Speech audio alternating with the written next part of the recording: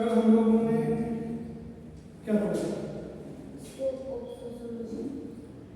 Scope of sociology. आज हम लोग पढ़ेंगे सोशियोलॉजी किन किन सामाजिक विषयों से संबंध रखता है। जैसे सोशियोलॉजी एंड पॉलिटिकल साइंस का क्या अन्योन्याश्रय संबंध है? सोशियोलॉजी क्या है, क्या बताइए?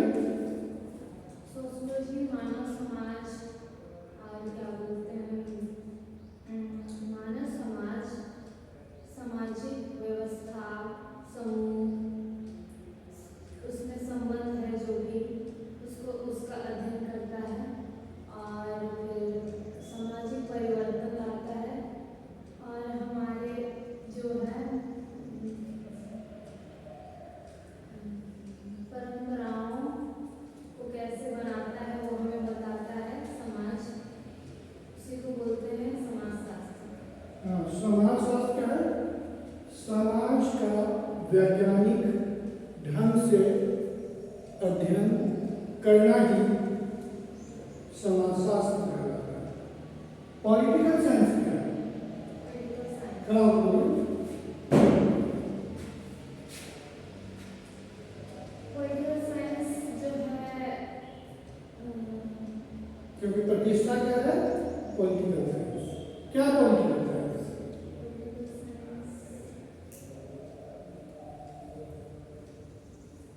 अभी आपको ऑनर्स सिम्बोलिज्म सब कंप्लीट चलिए।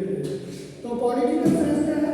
राजनीति शास्त्र, किस तरह से शासन व्यवस्था की जाए। सबसे पहले हम गांव से शुरुआत करते हैं और दिल्ली तक पहुंचते हैं। तो हमारा समाज की व्यवस्था किस तरह से हो, उसके लिए ग्रामीण स्तर को सही करना पड़ेगा। जब तक ग्रामीण स्तर को सही नहीं करेंगे, संपूर्ण भारत वर्ष की व्यवस्था सही नहीं हो सकती है। इसलिए गांव में पंचायत की व्यवस्था होती है। वहाँ पर मुखिया के माध्यम से गांव में जो भी परेशानी होती है, समस्याएं होती है, उसको निदान किया जाता है। फिर आगे हम लोग बढ़ते हैं नगर, छोटा छोटा शहर, नगर परिषद इलेक्शन करा के वहाँ पे उनको दायित्व दिया जाता है। फिर जिला स्तर पर और फिर राज्य स्तर पर, फिर इस तरह से संपूर्ण भारतवर्ष में। और जब तक सही व्यवस्था नहीं होगी, किसी समाज का, किसी राज्य का, किसी देश का विकास नहीं हो सकता है। इसलिए राजनीति शास्त्र क्या है कि हम किस तरह से शासन व्यवस्था को चलाएं, क्योंकि कोई भी गांव हो, शहर हो, राज्य हो, कुछ न कुछ समस्याएं होती हैं, उलझनें होती हैं। उसको सही दिशा में हमें राजनीति शास्त्र ही ले जाता है। तो समाजशास्त्र क्या? समाज का एक वैज्ञानिक ढंग से अध्ययन करना है। लेकिन अगर पॉलिटिकल साइंस की बात करते हैं तो संपूर्ण भारतवर्ष में जो व्यवस्था है उसको सही करना है। दूसरी बात है कि समाजशास्त्र और अर्थशास्त्र। अर्थशास्त्र का नाम सुना है आपने? क्या है अर्थशास्त्र? से क्या समझते हैं?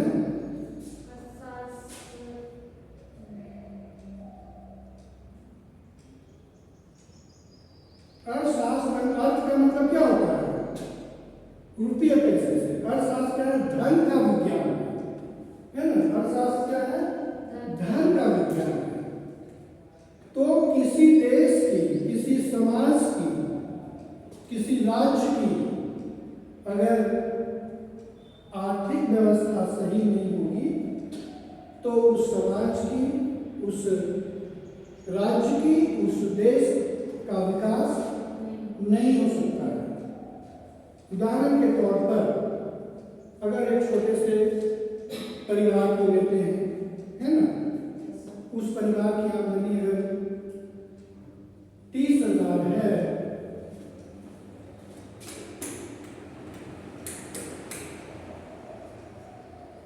उस परिवार की आमदनी अगर 30,000 है, तो हमें क्या करना है कि एक व्यवस्था बनानी होगी कि किस तरह से इसको खर्च किया जाए, शिक्षा पे कितना खर्च करना है, परिवार चलाने के लिए कितना खर्च करना है, बचत कितना करना है।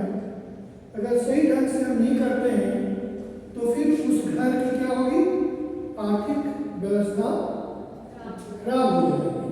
अगर 30,000 है और हम 40,000 रुपये खर्च करते हैं, कर्ज लेकर के 10,000 और, तो इस तरह से उस घर की व्यवस्था खराब हो जाएगी। इसलिए हम उसको सोचना है कि अगर 30,000 है तो 10,000 बचत करने का प्रयास करें, 5,000 बचत करने का प्रयास करें, क्योंकि भविष्य में बहुत ऐसे कार्य होते हैं जो एकाएक आ जाते हैं। तो इसलिए अर्थ की आवश्यकता है और व्यवस्था की आवश्यकता है। इसलिए कहा गया है कि कोई भी देश, कोई भी राज्य का विकास तभी हो सकता है जबकि वहाँ की आर्थिक व्यवस्था सही हो। इसलिए बड़े बड़े अर्थशास्त्री बैठे हुए हैं।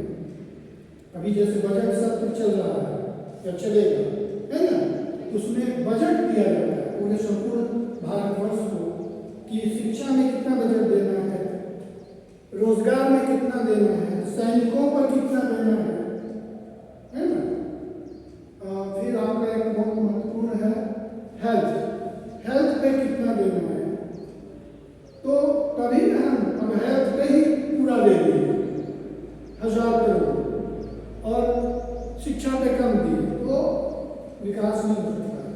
इसलिए समाजशास्त्र क्या है, समाज का वैज्ञानिक ढंग से अध्ययन करता है।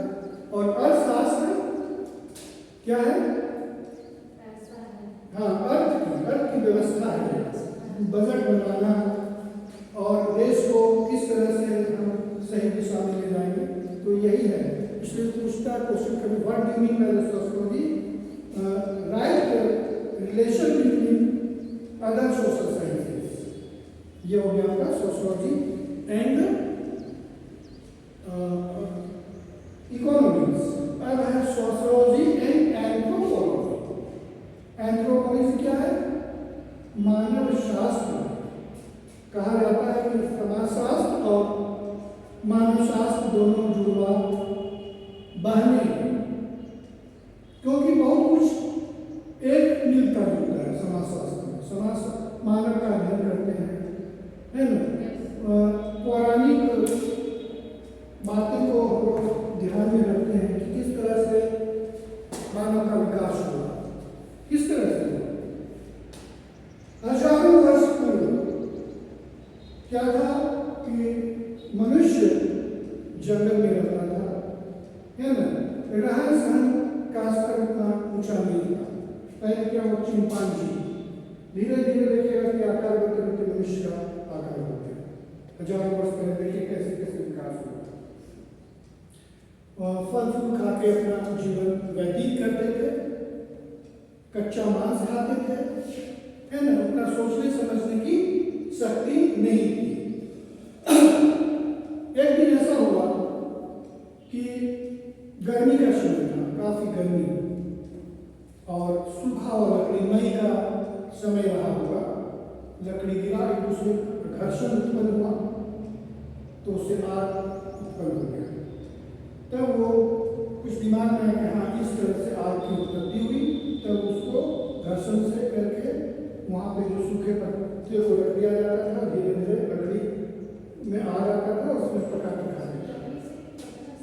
पत्थर दोनों से, लकड़ी जैसे कि घर्षण वो ना लकड़ियों में, पत्थर से भी है, पत्थर से भी वो आपको ऐसे घर्षण करते हैं तो देखते चिंगारी, तो उस तरह उस समय हुआ जो बड़ा बड़ा डाली नहीं हुआ करता था, बहुत मोटा मोटा, तो हुआ कि मई का समय रहा होगा, उस समय गिरा, घर्षण हुआ, तो उसको बुद्धि खुला के इस तरह से आग की उत्पत्ति, तो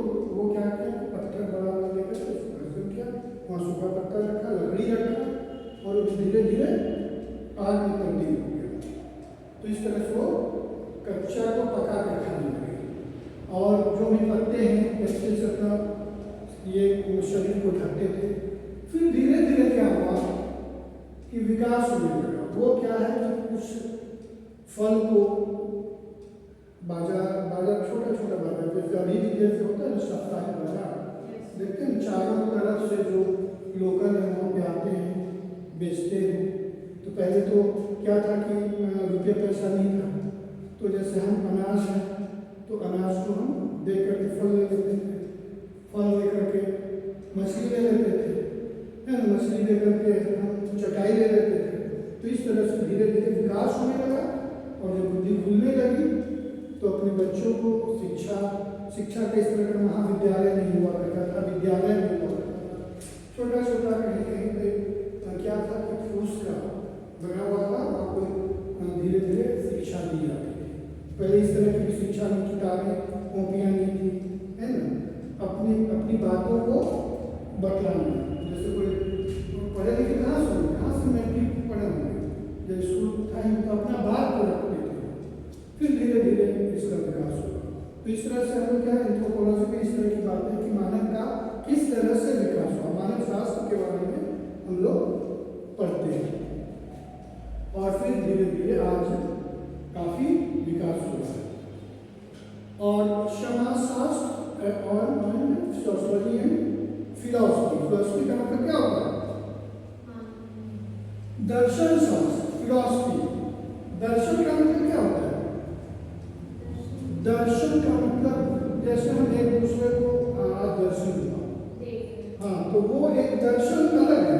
और एक दर्शन ये हुआ कि जैसे आपने पॉलिटिकल साइंस किया तो आपका दर्शन होगा कि हम क्यों लिए पॉलिटिकल साइंस ऑनर्स। हम तो हिस्ट्री ऑनर्स भी कर सकते थे, क्या क्यों लिया आपने, क्यों लिया पॉलिटिकल साइंस? नहीं, रुचि है। क्या दर्शन क्या है? इसमें पढ़ना है। क्यों? हम तो ज्योग्राफी ऑनर्स भी ले सकते थे। नहीं, तो क्या रुचि तो ज्योग्राफी में भी है, एंथ्रोपोलॉजी में भी है। कुछ हो रहा है क्यों बताइए? हाँ, कुछ तो बताइए, अपने व्यूज को बताइए। जो भी है ऐसा डरने की बात नहीं। अब आपको बताइए।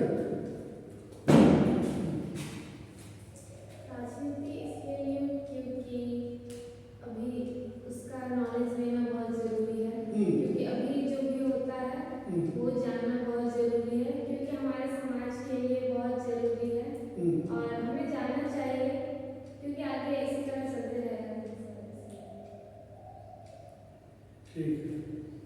ठीक है बेटे।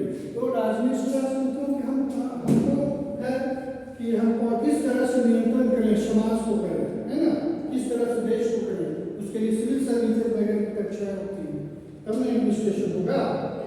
हाँ, तो इस तरह से तो फिर दर्शन क्या है? यही दर्शन है ना, यही दर्शन है कि भविष्य का बारे में आपने सोचा कि इस तरह से करना है।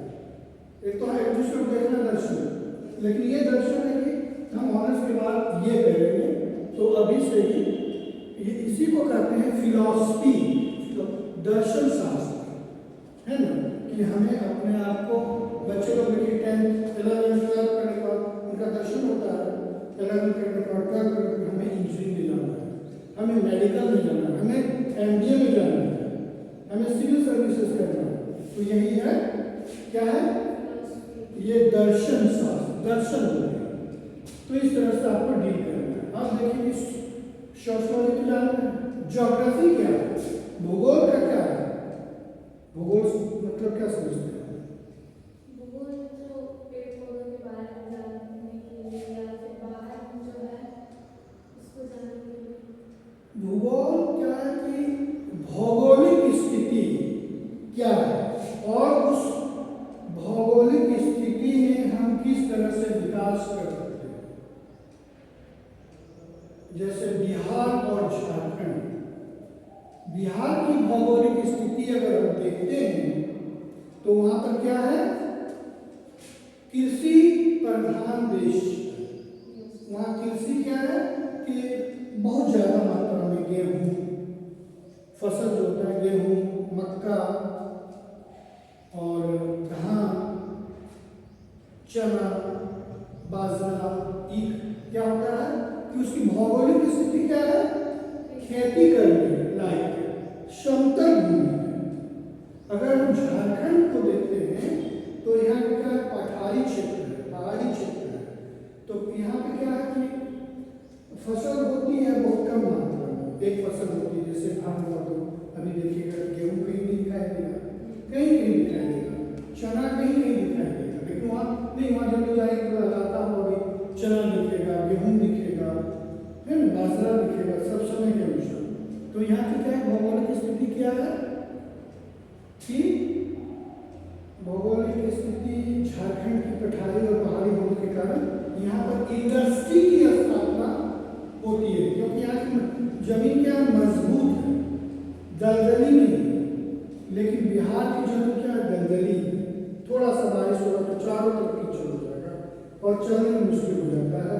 और झारखंड में अगर हम देखते हैं तो इस तरह की बात नहीं है, एकदम फिर उसी तरह से चलने लगते हैं। तो दोनों की, इसलिए भूगोल हमें ये शिक्षा देती है कि किस तरह से हम भौगोलिक स्थिति को देख करके उसका विकास करें।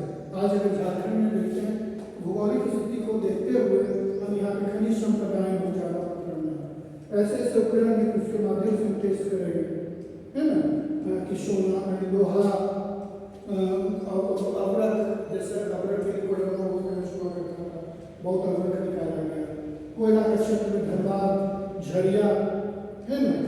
तो जबकि बिहार में इस तरह की बात है, कहीं कहीं थोड़ा बहुत कोयला, वो भी बॉर्डर इलाका है जहाँ पे अंत होता है। तो ये भौगोलिक स्थिति हमें दर्शाती है कि किस तरह से किसी देश की भौगोलिक स्थिति है। अब जैसे आसाम क्या है, वहाँ पे चाय की खेती इसलिए होती है कि वहाँ और वहाँ की खेती उसी अनुसार होती है। अगर हम चाय में झारखंड में करें तो कहीं कहीं होती है ना, बिहार में कहीं तो वो भी नहीं होती है। तो भौगोलिक स्थिति हमें बताती है कि किस तरह से उस देश का विकास, उस राज्य का विकास करते हैं। अब एक तो है कि सोशियोलॉजी एंड साइकोलॉजी।